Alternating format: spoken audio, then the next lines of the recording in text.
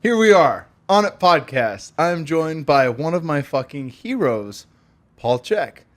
The man who got me into health and wellness. The man that taught me about eating organic. The man that taught me about food intolerances. The man that showed me I was fucking gluten intolerant. Oops. All through very easy do-it-yourself testing.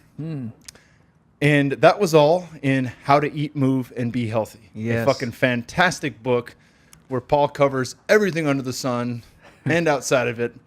But fuck, man, we've had an excellent 48 hours. It's hard to believe it's been that fast, right? I have, and I feel like I found a soul, brother, a fragment of myself who's better looking, stronger, faster, and more beautiful. I don't know about stronger. We just finished up a good workout. Not grueling, I won't put it that way. No. But fucking hard nonetheless. We got after it. We finished, we'll just say the top set. We finished with I finished with 2 1/4 on the barbell back lunge for a double each leg. And then Paul was just getting warm, so he finished with 275 for 5 or 6 on each side. I think 4 on each side. Yeah. Okay, there you go. You were keeping track. My philosophy is work hard, rest hard. That's right. And so I train hard, but not to the point that I'm losing form. And then I work in with just as much passion as I work out to keep the juices flowing.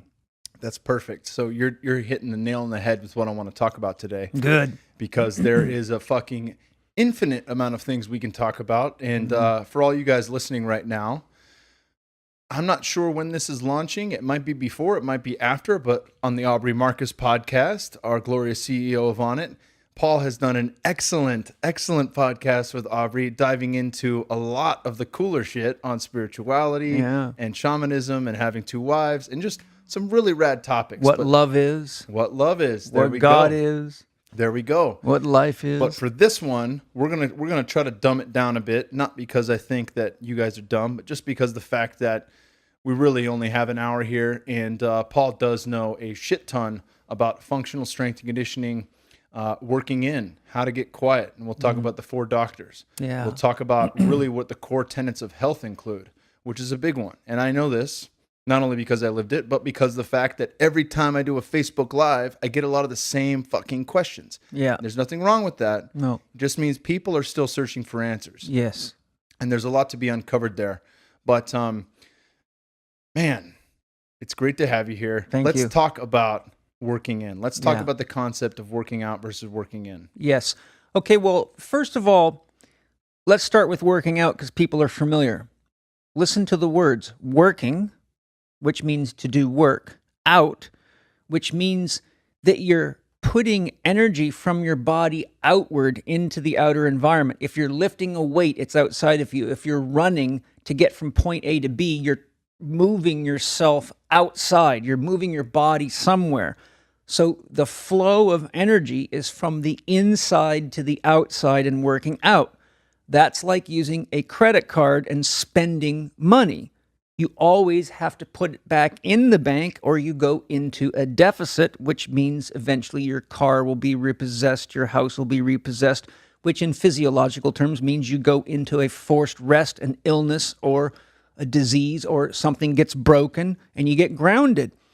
Working in is a concept I developed that means you're using a combination of breathing, movement, and mental relaxation that results in the production of more energy per unit of time for the exercise than the exercise cost to do, which is putting money in the bank. Working out means you walk out of the gym spent, you have to go recuperate, you got to eat, you got to breathe, you got to rest to build yourself back up. And if you don't, then if you can't, to quote Charlie Francis, who was Ben Johnson's trainer, if you can't improve your performance in the gym by 1 to 3% each successive workout, you do not belong in the gym.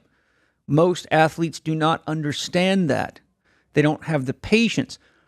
If you couple working in with working out, because you're accumulating more life force energy per unit of time invested than you spend, you actually leave with a surplus of energy, which means you have more anabolic tissue recovery, rebuilding, regeneration, restoration power than you would if you had not worked in.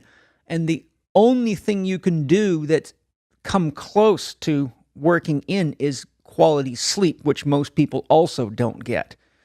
So working in is unique because working in means that you harmonize breathing and movement with, in my technology, simple movement so the ego does not have to think about form.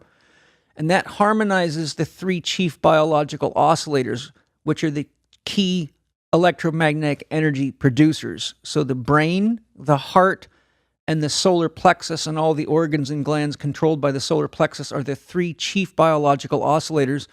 Heart mass research showed the heart has an electromagnetic field 5,000 times stronger than the brain, and the brain's field is stronger than the solar plexus.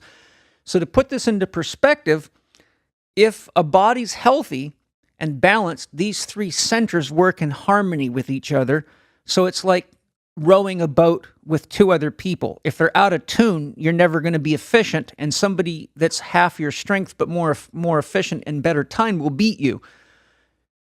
When we're in harmony and our breathing and our movements fall into harmony and our mind relaxes, heart mass research shows, for example, that the activity of the solar plexus, which is linked to peristalsis, so if a person's in a relaxed state, and I'll segue by saying a work in is done when your heart rate does not speed up, your breathing rate does not speed up, your tongue stays moist. Your tongue's part of your gastrointestinal system. So if you switch from parasympathetic to sympathetic, your tongue starts to dry out.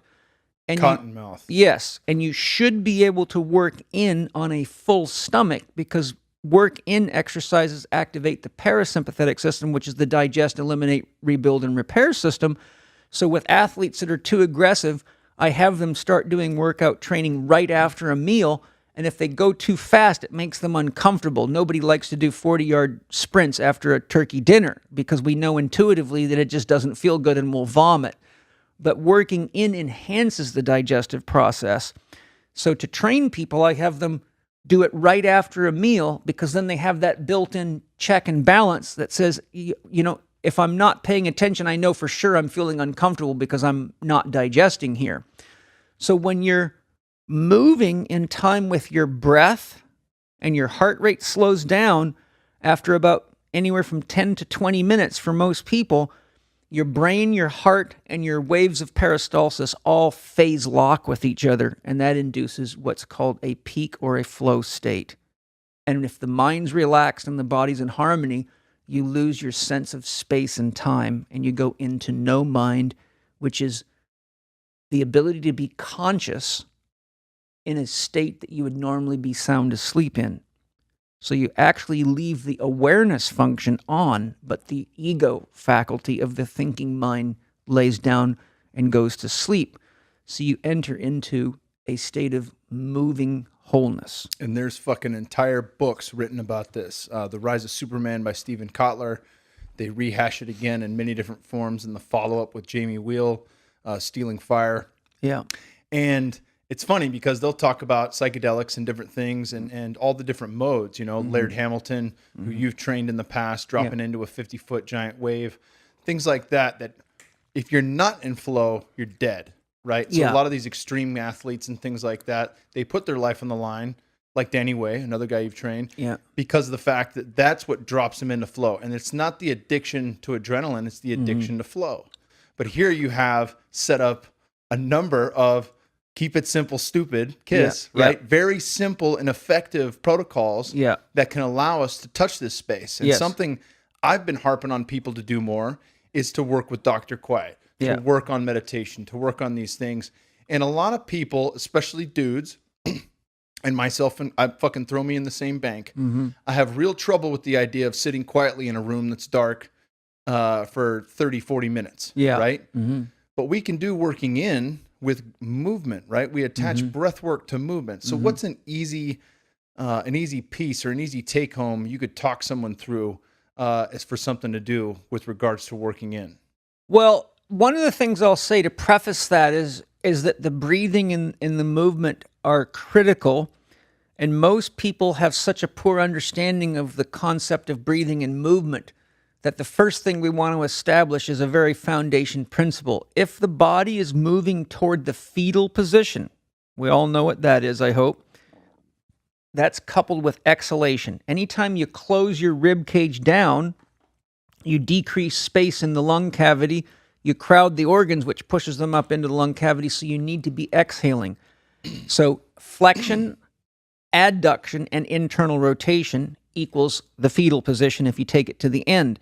If you're moving out of the fetal position, which is called supination, which means extension, abduction, moving away from the midline, and supination, you can turn your hand over and hold a cup of soup. Or if you're a sprinter coming out of the blocks, you're exploding with supination. Supination equals acceleration. Pronation equals deceleration. Toward the fetal position is deceleration. Out of the fetal position is acceleration for an athlete. If you accelerate a kettlebell, that's supination. That would be coupled with an inhalation movement if you're using light enough weights that you don't have to hold your breath. So the simple exercise anyone can do is to stand up and start by breathing in. So you're standing up, you breathe in. Now, as you exhale, just squat down like you're going to have a poop in the woods and go as far as you can comfortably go without struggling. If it's only a quarter of a squat, that doesn't matter. Time your breathing so that when you come to the end of your breath, you're at the end of your squat or the bottom. And then simply begin to inhale through your nose as you come up. Keep your tongue on the roof of the mouth, just behind the front teeth, so that you can cycle chi through your body, because if the tongue's not on the roof of the mouth, then you lose what's really the equivalent of the alternator function in the car. The alternator recharges the battery as the system drains it to run the ignition system, the lights, the stereo, etc.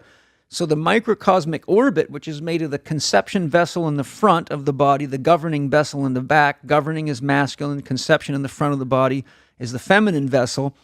Chi circulates, life force energy circulates with every breath through that microcosmic orbit, which is the origin of the energy source for all the 12 major meridian systems in the body.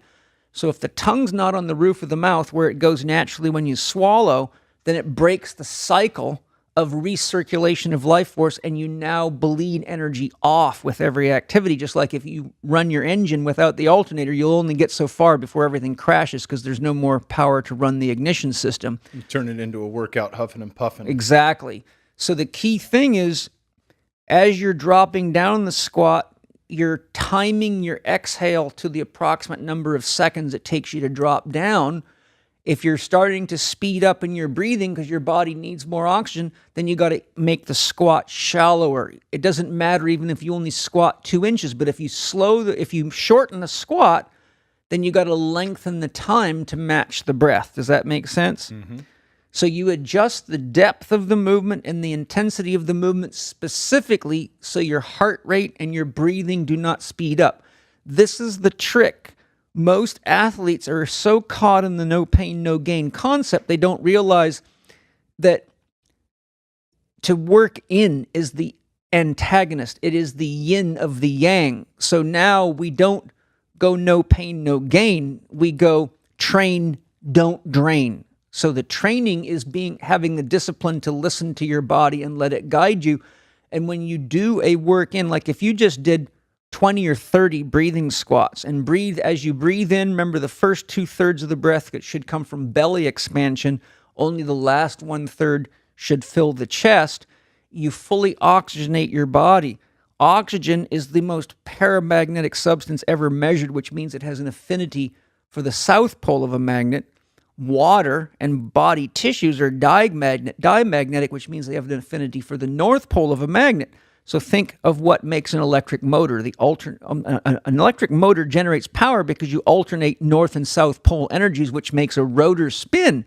So when we oxygenate our bodies, we fill ourselves with a positive charge that the cells can use in juxtaposition with the negative charge that's inherently present in water and tissue.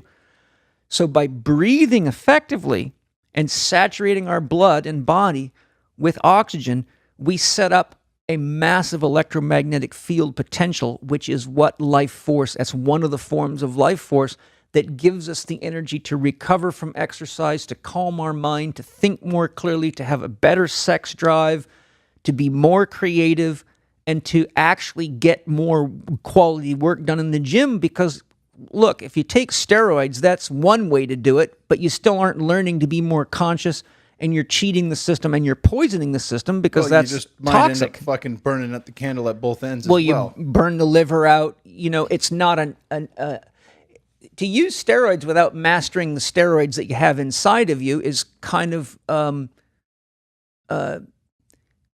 it's like someone not using the technology that they already have that's designed by nature, that's far better than anything you can buy off of a store or get in a needle anyhow. So when I'm working with athletes, even athletes that use steroids because almost everybody's using them and they can't keep up to these guys without them, I say, well, master the basics first, because if you master the basics and then use the steroids, you got power on top of power. But if you're using steroids, which accelerates the system, and you don't have the basics right, it's like putting a Corvette engine in a Volkswagen Bug. It'll go like hell in a straight line, but it doesn't have enough brakes and suspension to turn or stop. So the point being is you accelerate a body that's out of balance with stuff like that, and it basically shortens your career, sets you up for muscle tears. And I've rehabbed piles of these guys and had to teach them how to do it right. And they always say the same thing: how come nobody ever taught me this? Well, unfortunately, because some of these things aren't well understood or pioneered by people that have practiced them enough to have enough authentic mastery to be able to explain it to people. And that's what we do things like this podcast for. And that's why I have an institute. Hell yeah. So through the breath and through mindfulness, we can move through the body and essentially recharge the human battery. Yes. And that leads to mental clarity, peacefulness, and overall, if you're just looking from an athletic standpoint, accelerated gains, accelerated recovery. Yeah. And then you'll be able to get back to that 1% to 3% Charlie Francis was talking about, right? Yeah. Yes. Let's dive into, so oxygen being one of them. Let's talk about the 6 foundation principles that you go through in HLC1. So first, the 4 doctors is the overarching control system. So Dr. Happiness, what is my dream, goal, or objective? Why am I doing this? Why do I eat better? Why do I train? Why do I?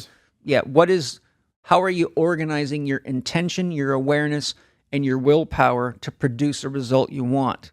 The universe says yes to everything, so you might as well get clear about what you want said yes to, or your life feels like crap and you blame everybody else and you don't realize if you don't like it, look carefully at what you're choosing unconsciously, which means doing what everybody else is doing even when it's not working usually. Remember, a culture is a bunch of people doing the same things, and we're in a sick culture. So in order for us to get wise and heal the culture, we've got to be smart people doing different things, because the average person can never be successful at anything by definition of successful. So Dr. Happiness is what organizes awareness and intention. Dr. Diet is how we feed ourselves, and I break Dr. Diet down into an acronym, which is ECHO. The reason I say it's an echo is because whatever we do to the environment, we do to ourselves. So ECHO stands for energy, chemistry, hydration, and organics, or organisms, the organisms that we eat. And if they're not organic, they're toxic. So we've got Dr. Happiness and Dr. Diet. Dr. Diet is how we feed the dream, and the body is inherent in the dream. Dr. Movement is how we move at the physical, emotional, and mental level, which is all the spiritual domain. And Dr. Quiet is how we rest effectively. So we have total rest, which is sleep. We have active rest, which is using your specific training sport or activity at a reduced intensity, at least 30% reduced for active recovery. We have passive rest, which is doing something different. So a kickboxer or MMA fighter like you could do work in a swimming pool as passive rest, which would still give you exercise pumping and would actually speed recovery, decompress joints, help muscles heal, help you recover from impact, but still maintain a level of fitness without being in a state of total rest. So you actually get active and passive rest in the sense that you're moving, but it's passive because it's not using the same movement patterns or loading patterns as your primary activity, so it doesn't detract from recovery that way. So we have also the awareness of the movement of our emotions and the movement of our thoughts. So as a person progresses and first learns to manage their body, then we say, okay, now let's look at emotions. Then we look at how you're managing your mind, because thoughts are things that move. So each of the doctors has a physical component. So Dr. Happy body facilitates a happy mind and stable emotions. Happy body and happy emotional awareness and balanced biochemistry makes it easy to have a happy mind and healthy relationships. Dr. Quiet, resting because your body needs it, resting because we have to learn to detach ourselves from our beliefs and our behaviors enough to be present with other people. Sometimes we get triggered, so we have to take what I call a timeout and calm ourselves and take responsibility for resting our emotional turmoil to get centered again before we enter into the fire of relationship, so we can be intelligent. And then at the mental level, learning to calm your mind by detaching yourself from it and witnessing it instead of being caught up in it. Dr. Diet, how do I feed my body, my physical body? How do I feed myself to balance my emotions? And how do I feed myself for optimal mental performance? And how do I feed myself in a way that is conscious of and respectful for the other life forms? So where do I put my money to support the world? For example, if I'm buying commercially raised food, I might be saving a few pennies, but I'm destroying the entire environment. That's not spiritual, because that's totally unconscious of A, the way the animals are raised, and B, what it's doing to the entire planet. So eating correctly is how we balance our biochemistry to have healthy emotions. Eating correctly stabilizes the mind, and eating with conscious awareness that what we choose to eat and means we choose to kill has an impact on the environment. And if we're destructive to the environment, the echo concept says it comes back at us. So look at the world now. It's echoing us back. Now, the 6 foundation principles work inside the 4 doctors. To get anywhere in your life, the 4 doctors is a classification of values. You have to have values to support your dream. So if your dream, for example, is to build a successful business, or to have a beautiful body, or to be more centered or more emotionally stable, you have to have values about how you're going to eat. Your yes has no value till you learn to say no. And until you have values that support your dream, you don't know when to say yes or no. So your values about how you're going to eat, how you're going to choose to eat based on your individual metabolic or bodily needs because of your unique individuality.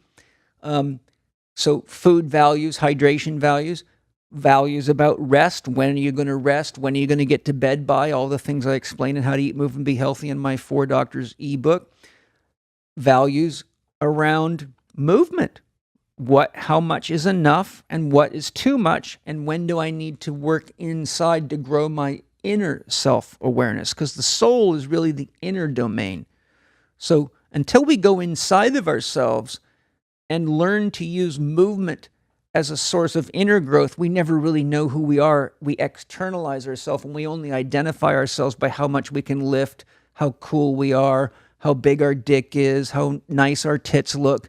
And that is a dangerous externalization of self, because all those things actually start sagging after a while, and age comes upon us to force us to become an adult and to become a leader of a tribe or of a society, so we can take people past superficial appearances. And so working in allows us to become a wise person before we're old and broken, so that we can show people how to be healthy, fit, and wise.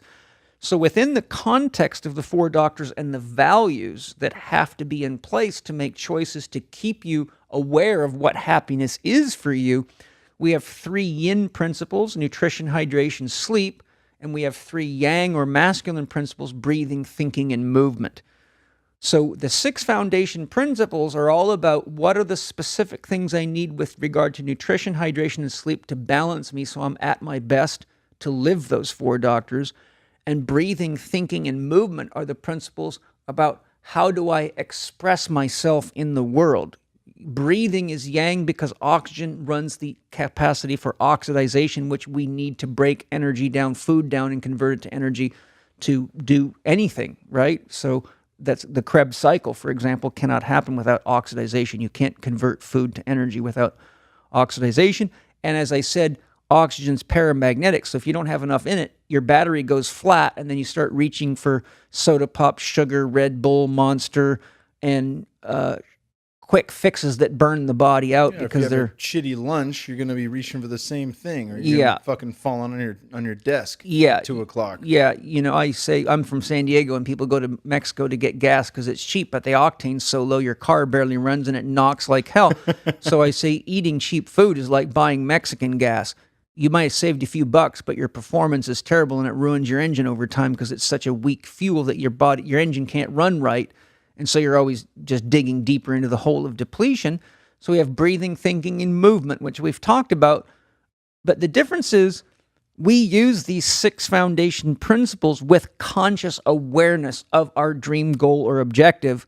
Without a North Star on our compass, we have no way to know how much is too much or too little of anything. And so what you see, people don't learn this until they're injured in pain, and there's not that many therapists, doctors, trainers, and coaches that are well put together and experienced enough to guide us because they're almost all doing the same damn stuff. And if you go to any conference for physical therapists, chiropractors, osteopaths, personal trainers, and strength coaches, you'll find something interesting. Even nutritionists, they're as beat up and broken and as lost as the people they coach. The Chek Institute was developed to help create masters who are authentically capable of guiding people not only to achieving their dreams, but to integrated spiritual growth and development so that we become whole people. And whole people are the wise people that used to be the tribal elders that teach everybody how to navigate life effectively, enjoy it, but live it fully, not to become a village idiot with tattoos who has to take drugs to maintain a false persona called an ego. And that's not a knock on people with tattoos. No, I'm just saying, look, a lot of the tattoos are kind of like insignias of belonging, or insignias of I can take a lot of pain. Look how much tattoo I have. But if you want to tattoo yourself, tattoo it on the inside. Tattoo your heart with commitment to what really matters, and that is living your dream in a balanced way. Because whenever you're doing that, that tattoo radiates itself out into the world as an example for other people. And if what's on your skin doesn't make it into the world as leadership, then it's really just ink. Yeah, you touched on a really important piece there. I used to think, traveling abroad and being in other cultures, seeing for myself firsthand just this vast divide in how we treat the elderly in the West. And this is it's not a knock on elderly, but in the West. But in other cultures, the elders are looked at as the grandfathers or grandmothers. They're the fucking ones that we go to for advice. And there's still some of those relationships here. We may look up to our actual grandmother or actual grandfather, things like that. But part of the issue is that people are having an issue with aging, and they're having an issue with aging because there's no value put into being old. Right. Nobody wants to be old because it's not fucking cool. So they'll pump themselves full of Botox and anything they can do to stay young. Yeah. And I think the issue is that in other cultures, the elderly are more valued because they're healthy. Yes. They're not fucked mentally. Yeah. They're not on every prescription under the sun. And that's not to say 100% of our elderly population in America is that way. No. It's just to say there's a lot of crotchety old fucks out there. And there's a lot of, fucking grumpy old men. I mean, that's the fucking name of a movie for a reason, right? Yeah. So if we take care of ourselves and we can change and become a badass 56-year-old who I wouldn't even say is old, you're stronger than I am right now. I want to grow up to be like you. Well, thank you. Then we can acquire that wisdom. We don't lose ourselves to Alzheimer's, dementia, Parkinson's, and fucking a host of God knows what else going on. Yeah. That's going to tackle everyone. And there's, if you've heard lately, all these baby boomers are about to run into some serious trouble. Mm-hmm. And we're going to have already have healthcare issues, but really it's going to fucking hit us hard. Yeah. Right? So changing that by starting with ourselves and making sure we're the best possible version of ourselves moving forward can change the culture and change the way we look at our elders. And then we can have and be in a place of wisdom to Yeah. teach the youth at a certain point? What you're describing is actually the side effect of something much deeper. The first thing you have to develop in order to even mature into an elder is an ego. To have an ego, you have to be what is called in Jungian psychology individuated. It means you have to take responsibility for the choices you're making. You have to be aware of your part in a community, a society, or a culture. It means that you're aware that your actions are being broadcast to all the young people and they will emulate you because that's how it works in life. We always emulate people that we think are wiser or more successful, whether we know that they are or not. So if a person has not reached the point in their own growth and development where they know who they are, they know what their role is in society, and they're doing what they love to do because that's where their heart has taken them, then they never have enough passion and commitment to pursue their unique individuality, their unique creativity, and their unique contribution.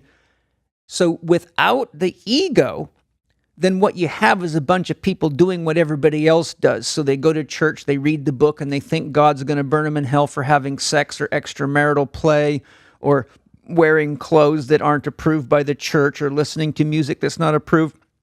So what happens is you now have a culture that's so used to taking direction from authority, who's been taught what to think, not how to think in our educational systems, and the pain of not individuating and being too much like everybody else and doing the same things and working your ass off to make money to buy cars just to survive leads to a culture that's in so much pain and lacks creativity, because to be creative means to do something different. And if you're in a culture that's based on factories and massive production, to do things different is a bad idea in an automated society. So it's downplayed, which is why our education system, when it was developed by plantation owners, highly resisted creativity because it is disruptive in a mass production system. So we were taught what to think, not how to think. And when we inherently get to a certain age, like about 35, if we're not at peace with who we really are and not proud of what we've become and not comfortable in ourselves enough to be different or to stand up in church and say something like, wait a minute, how can you tell me that Christ was this loving person? How can you tell me that God is love, yet ask me to sing a song like Onward, Christian Soldiers Marching Off to War with the cross of Jesus going on before, when he's the guy that said, love thy neighbor as thyself? So if we don't grow up to ask the questions that rattle around inside most of us and risk being in the fire of disrupting the status quo, of challenging the preachers and the teachers, and really getting our own questions answered so that we can be at peace within ourselves, that we're not just following some mindless program that leads to everything from world war to the destruction of the soils through commercial farming and genetic modification and all the other silly horse shit that people make all sorts of excuses that are very weak and lame to a well-educated man. Then we don't individuate. So what happens is you become an old person who is now so frustrated that you've never actually lived, and you're afraid to be different, and you're so conditioned to fit in and be just like the Joneses that you have to drink alcohol, smoke cigarettes, take codeine, do drugs to numb the pain, the spiritual pain of knowing that you haven't lived yet. You have not become a wise person, and you don't have much to share, and that carries a lot of spiritual weight and pain. And so people are actually not individuated. They have not grown their own creativity, their own identity, their own ego. And the pain of being just like everybody else is enough to drive a person to doing drugs and to burying their head in the sand and saying, screw it, I got my Cadillac or my car, I got my diamond ring, and I got my pension. But we forget that none of that matters as your body breaks down and your health breaks down. If you don't age gracefully and you don't develop yourself spiritually, then death is the scariest thing in the world. But when you live fully, death becomes exciting because you can't help but ask the question, what's next? If God is as magnificent would be to create a world that is this beautiful, this dynamic, this powerful, and this full of opportunity to grow, become, and to experience life, then that God has to be creative enough to say what's behind the curtain must be even more exciting. But you can't experience any more heaven on the other side than you can create in this side, because how would you even recognize it? Yeah, you're living in hell right now. You know, hell and heaven have the same address, halfway between your left and right ear. I love it, brother. I want to get you on here. You can get a sip here. That was a fucking beautiful, beautiful detailing. We talked a bit about ego. I watched an incredible video. You have over 500 videos Over 500 videos on YouTube. YouTube, yeah. Fucking incredible. So please dive into that. If you're listening to this and you like what you're hearing. I can give you the address if you want. Please do right now. It's youtube.com/Paul, Chek live, all stuck together. youtube.com/Paul Chek live. And my blog, which also has those videos on it as they come out with the written text, is www.paulcheksblog.com. Hell yeah. So we touched on ego. Mm-hmm. This video I watched really, really touched me and kind of changed the way that I looked at my relationship with myself, my family, and all. Mm-hmm. And I want you to talk about the I, we, all model. Yes. Well, this is an important one because the Abrahamic religions, Christianity, Judaism, and Islam, pretty much all teach that you got to kill the ego, do everything for the church, blah, blah, blah. It's a great corporate religious plan. And believe me, I have nothing against religion. I think religions are beautifully designed to put us in situations where we have to grow up and decide to make decisions for ourselves instead of believing what's written on paper. And all the mystical branches of the religion, so mystical Islam, which is Sufism, mystical Judaism, which is Kabbalah, and mystical Christianity, which is a variety of them, from the Gnostics to the White Brotherhood and several other sects, they all went way beyond the teachings, the standard teachings of the church, because they reached the point where they realized practicing what everybody else is practicing isn't creating enlightenment. So they took it upon themselves to go deeper and get to the core of what these things said. And, you know, Shankara, who was a famous philosopher sage from India, made a very, very important point. And he said, no man can understand Scripture until he's enlightened. And when he's enlightened, he doesn't need Scripture. So the point I'm making is, if you look at all the people teaching in churches and temples worldwide, less than 1% of them are enlightened. So they're only just giving their ego's interpretation of what God apparently wrote down. And no more God can pass through you than you have developed yourself spiritually. And even if God did write those books, you have to have the God in you to interpret them as godly, or you get a bunch of mass confusion.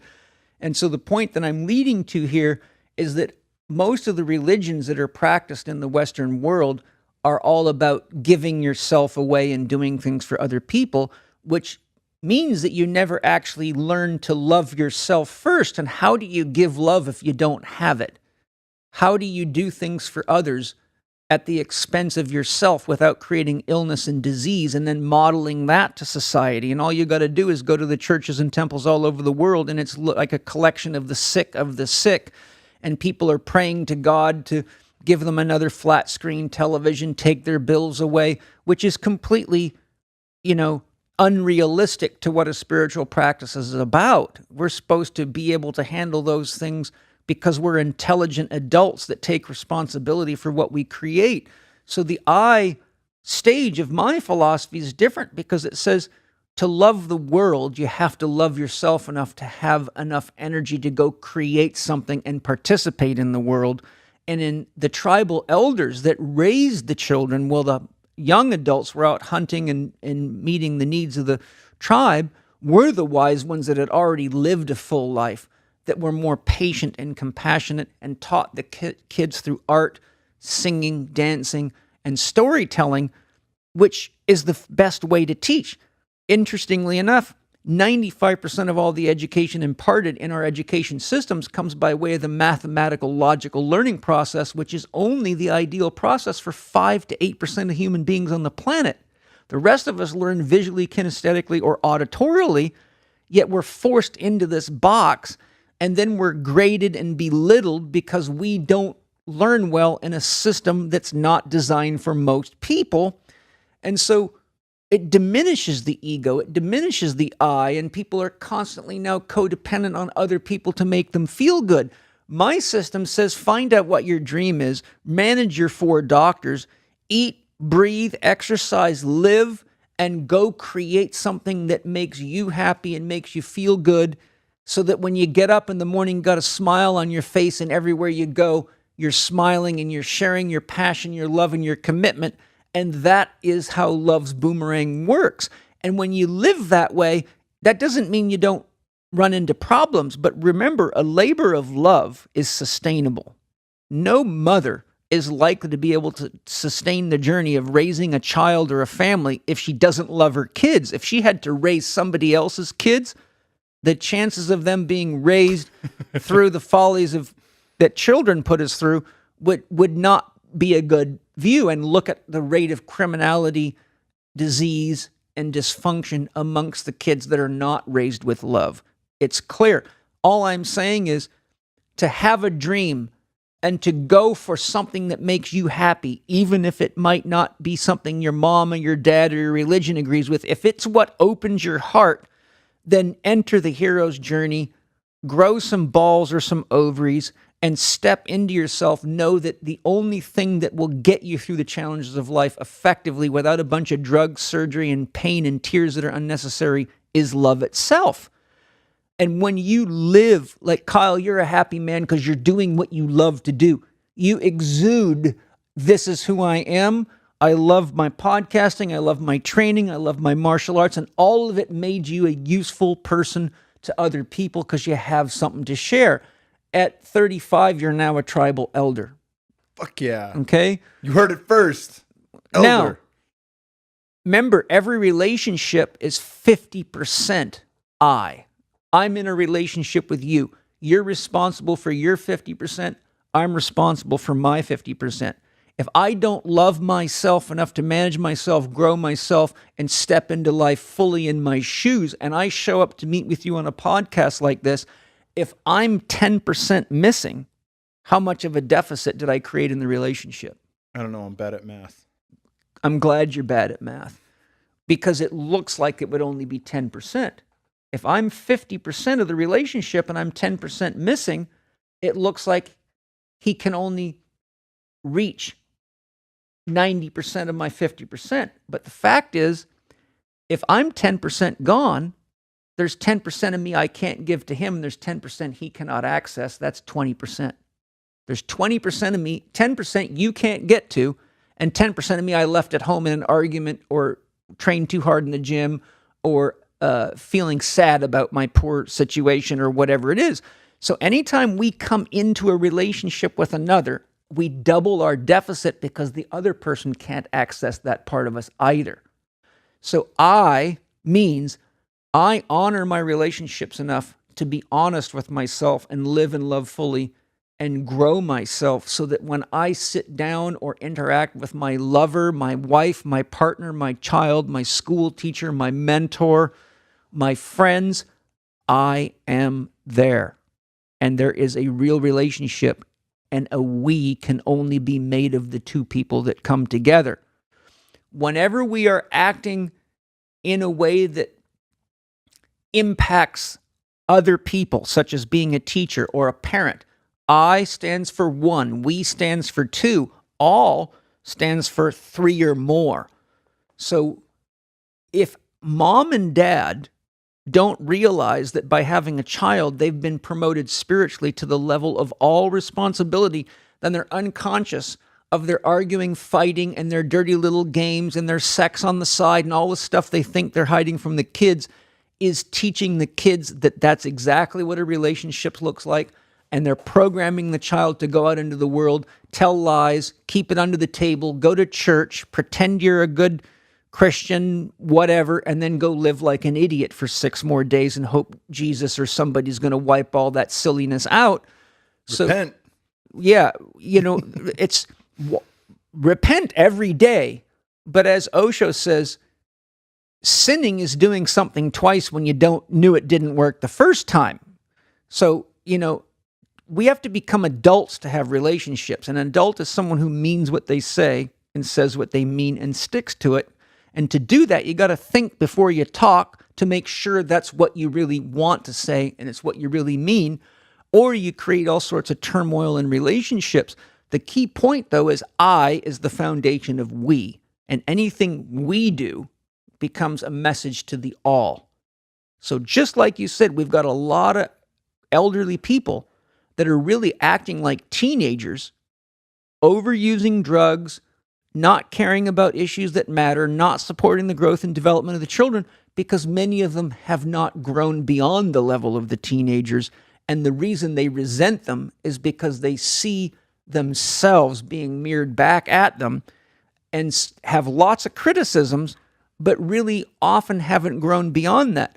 When we do meet a wise elder, we sense the love, we sense the stability, and we can tell because there's empathy and compassion.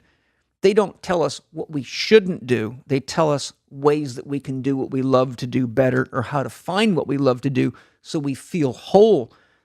Then when we realize that we're all teaching each other 24/7 and know how matter how sick you are, tired you are, fat you are, or sad you are, there's always somebody worse than you, which means everyone is teaching somebody.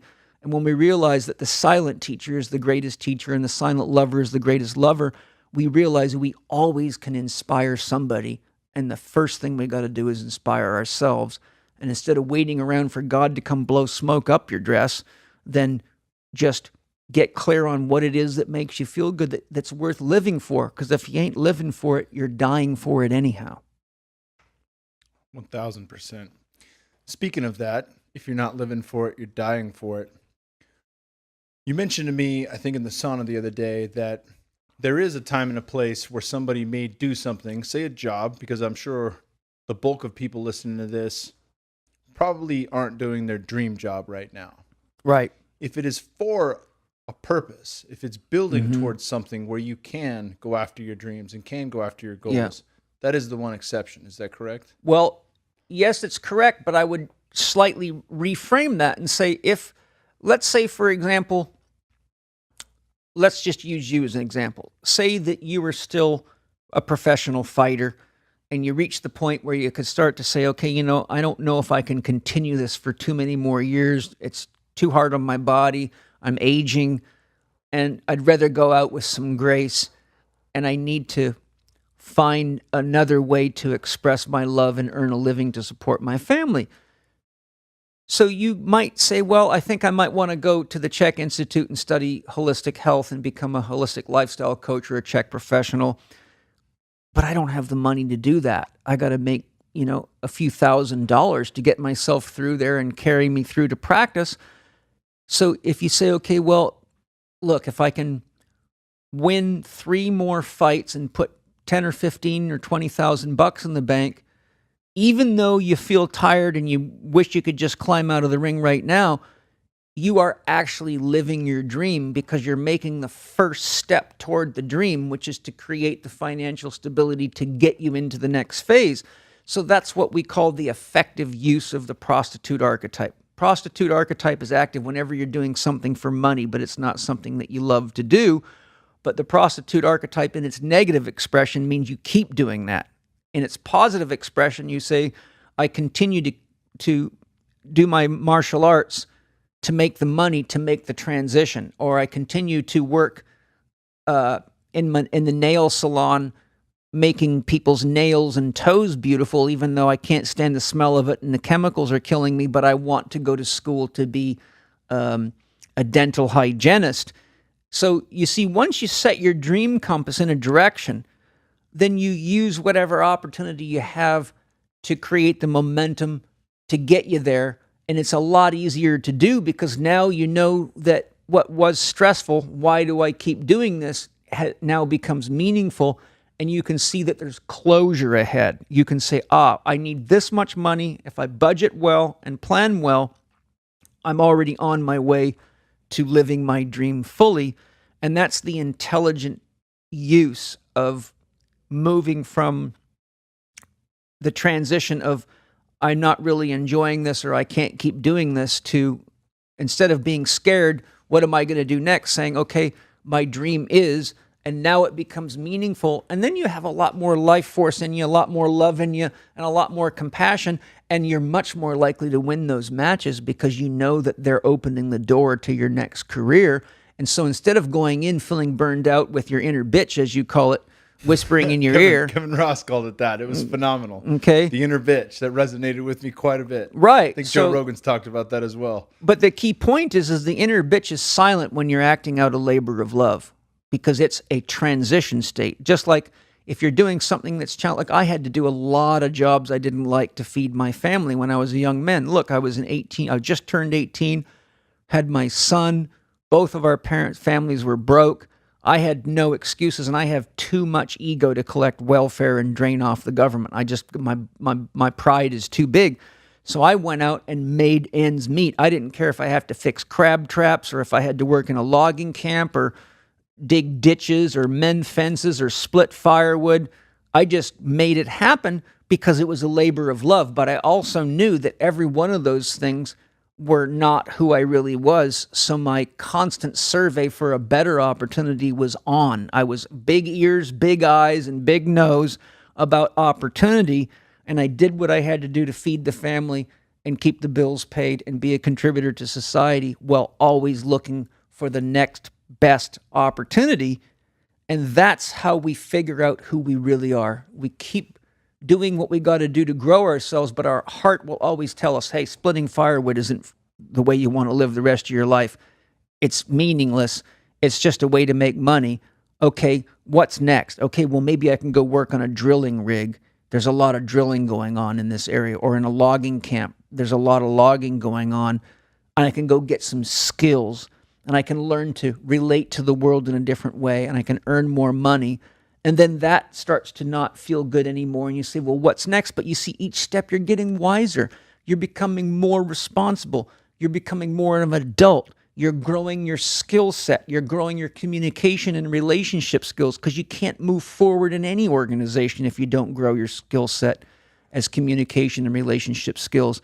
You can just be a smart guy that nobody wants to be around, and you'll be in the back shuffling boxes for the rest of your life with your PhD. So do you see that what I'm saying is that following your heart and owning your responsibility to yourself and your family or your commitments is the only way to grow spiritually, but to listen to your heart and keep your eyes and ears open is how you gather the pieces of yourself that ultimately all of a sudden one day align and you go, oh my God, all the pain and all the challenges I went through now become highly meaningful because without the skills, without the challenges, I would have never grown myself to be wise enough to see the path I'm on now. And you realize there was a beautiful invisible plan all the time. And the only compass you have to tell you when to change direction is your heart. Your head's just full of ideas that came from other people. And that's not the way to guide your life because most of those people don't live a happy life. And if I said to you, go through your head, map out every idea and where you got it from, then go look at the lives of the people that gave those ideas to you, how many of those people do you want to emulate? It wouldn't be very many, would it? Not if you knew them well. No. So the best thing to do is get confident enough in yourself to trust your own ideas and take the best from the best to create something uniquely beautiful called you, and navigate life doing the best you can to love yourself enough to have something to share with other people. And then pain and challenge becomes meaningful growth as opposed to give me a drug, the world's beating me up, I can't take it anymore. 1000%. So many people feel lost or stuck. You know, they do what they need for cash. They do what they need. And I think I could understand that.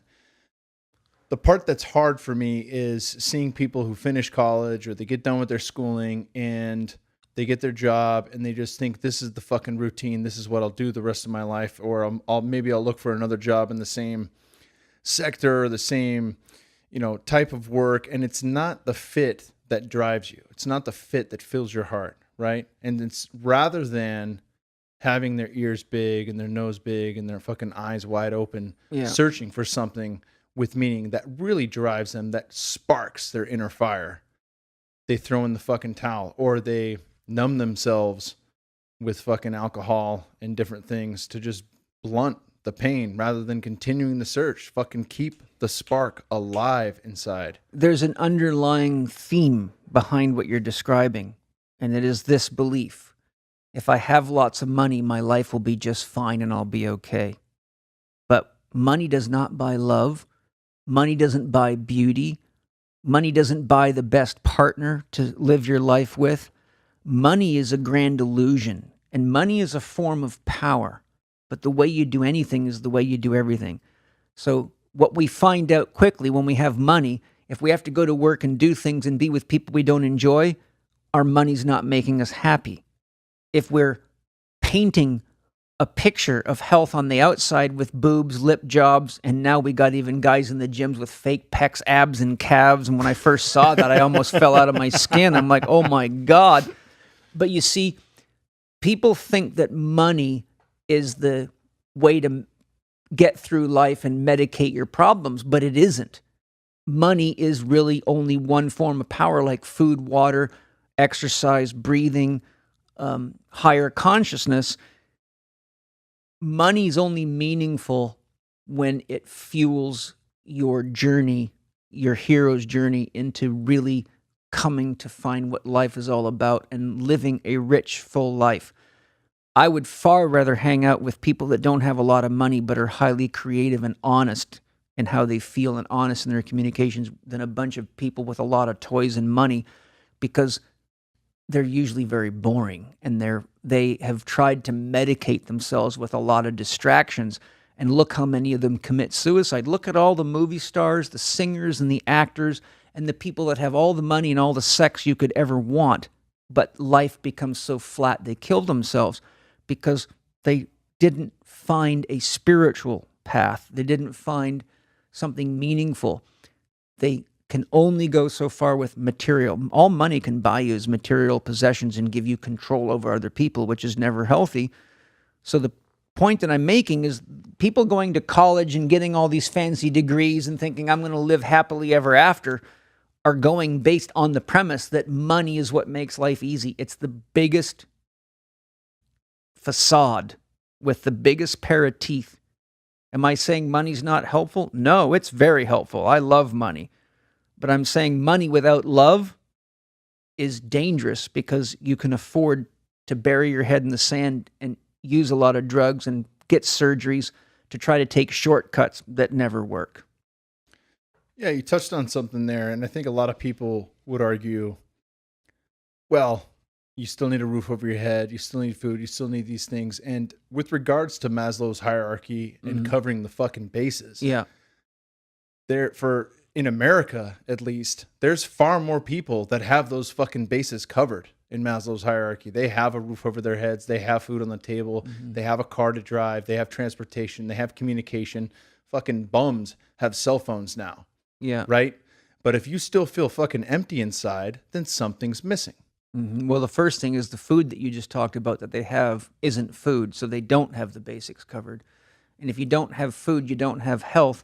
And if you don't have health, you don't know the difference between happy and sad because you can never feel happy because you don't have the biochemistry to support it. Yeah, that's a fucking massive one I want to dive back into. You had one of my favorite quotes of all time is that sooner or later, your health will be your number one concern. Yeah, it could be fucking, you could make it your number one concern right now, or you'll do it on your fucking deathbed. Yeah. But at some point, oh shit, this is really important. Yeah. Right? And food, people don't understand that, it's, and I use the example all the time when we talk about cattle. Grass-fed cow, good for the environment, free roaming is going to punch and sequester soil back into the soil. It's going to have a much greater fat profile. It's going to be generally just a fucking very good thing for you. Yes. On the flip side of that, full of toxins, all the toxins and 80% of the antibiotics used. Is that right? I think you know the numbers better than I do. For factory farmed animals in America. 80% of all fucking antibiotics go to factory farmed animals because they're sick. Yeah. And they stand in their own shit and they're fucking shoulder to shoulder. And all the problems with that. I use that as an example to illustrate the difference between a naturally raised organic animal versus what we do with them currently, right? In the matrix. Yeah. But food, people don't tie in this baseline understanding that if it's not good for you, it will fuck up how you feel. It will fuck up how you think. Yeah. It will change neurochemistry. It will alter the microbiome in a way that you cannot produce serotonin properly. Yeah. 80% of our serotonin comes From our gut. from the fucking gut. Dopamine, the feel-good neurotransmitter, all of it created in the gut. So when we mess with that, and you talked about a great topic too. I don't want to get off topic here, but you don't reward yourself if your goal is weight loss. You don't drop 20 pounds and then eat a fucking cheesecake and a giant Domino's pizza as reward. That's not a reward. That's punishment. Yeah. That's 2 steps forward, 1.5 to 2 steps back. Yeah. Right. But what we put into ourselves creates how we think, how we feel, how we operate in the world. That is one of the core tenets of the I. Yes. So that can fill our cup or it can deplete it. So Yes. taking that out to the we and the all Yeah. changes everything right out of the gate. I want to introduce a concept here to kind of bring it to a greater depth of clarity. And that is everything you're describing about people eating poor quality food, saving money on food, eating garbage, going to fast food restaurants. We have a huge problem with overeating, as you know, and obesity.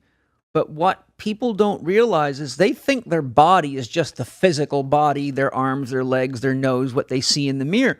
But we also have an emotional body. This is all scientifically valid. We have an astral body. We have a physical body, an etheric body, an astral or emotional body. We have a lower mental body. We have a higher mental body. We have a causal body. And this is all hard science. I mean, this used to be kind of metaphysical foo-foo, but all you got to do is look at a book, The Encyclopedia of Subtle Energy Anatomy by Cynthia Dale, and it's hardcore scientific research backing all this up. I'm bringing you to a point, and I hope everybody's listening carefully. Our physical body feeds on food. Our emotional body feeds on emotions. And our mental body feeds on thoughts. Most people are eating food to try to fill emotional voids and mental voids. If you keep doing the same shit over and over, you have no creativity, you're not growing in your relationships, then you begin to starve emotionally and starve mentally. And if you're not conscious, you will try to feed that emptiness with physical food. And if you use poor quality food, it makes it worse because you're perceiving that from the level of your physical body, which is the lowest level of consciousness. And if you throw the biochemistry out, then your emotional emptiness gets magnified because now the reptilian mind in you, the basic brainstem structures that are oriented towards safety, sustenance, and procreation cannot be satiated. Therefore, there's the animal in you is in a state of shock and fear going, oh my God. So it triggers off a fight or flight reflex, elevates adrenaline levels, elevates cortisol levels, and orientates the mind towards fear, towards what it doesn't have. And the body is screaming, feed me real food, give me real water, and give me some rest, and give me some exercise. But all of that becomes a source of skewing our awareness such that we're now so trapped in this unconscious or conscious fear of what our body's not giving. I mean, look, you don't get fat overnight. You look at yourself in the mirror and 6 months or a year later, you're wrapped in 30 or 40 extra pounds. And a year later, you got another 30 or 40 pounds. So it's not like the body's not warning us. You don't get sick overnight.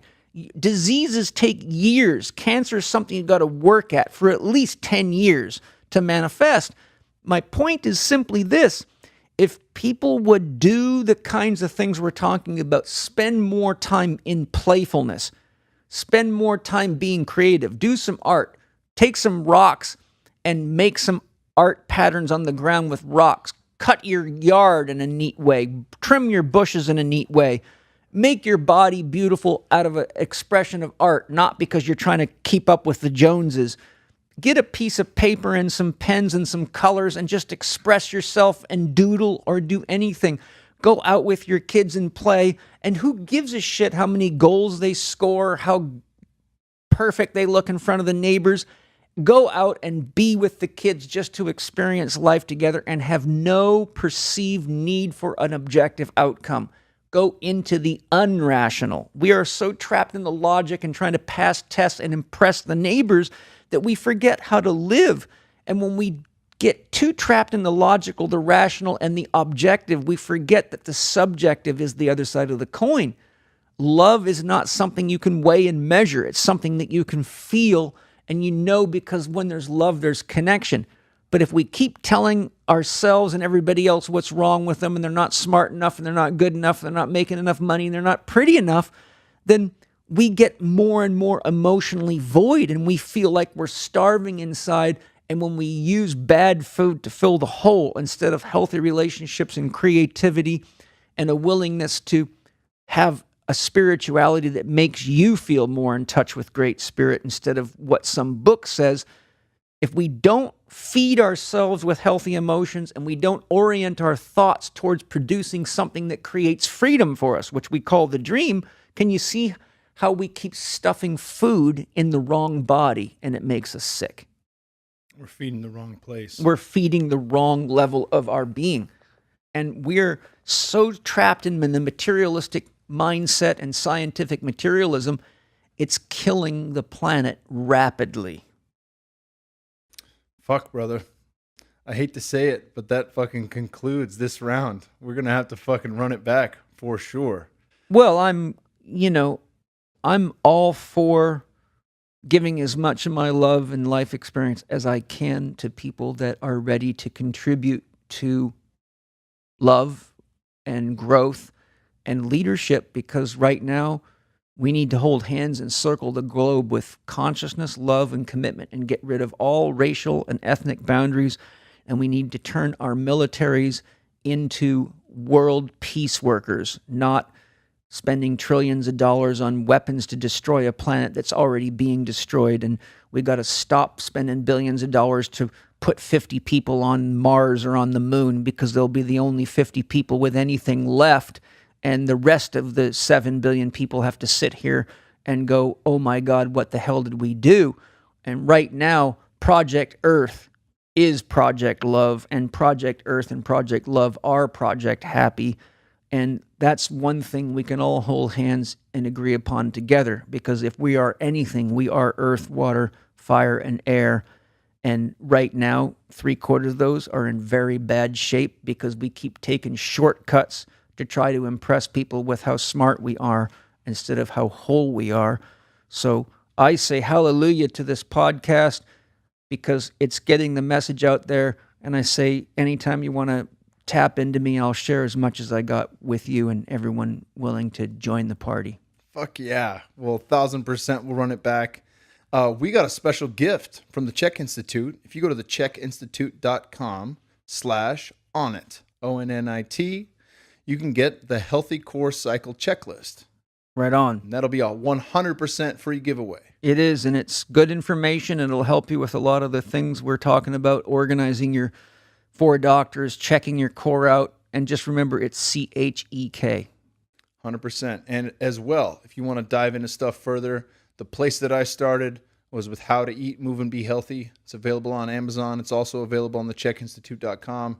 An absolute game changer for me. Paul, thank you so much for joining us at Onnit, and it will fucking happen again, hopefully sooner than later. My pleasure, and next time I come, I'm going to lift some even heavier weights, so get ready. I got some homework to do. I'm getting older, so I'm getting more practice, you see. That's right. Thank you very much, brother. Lots Much of love. appreciated. Thank you all for joining us.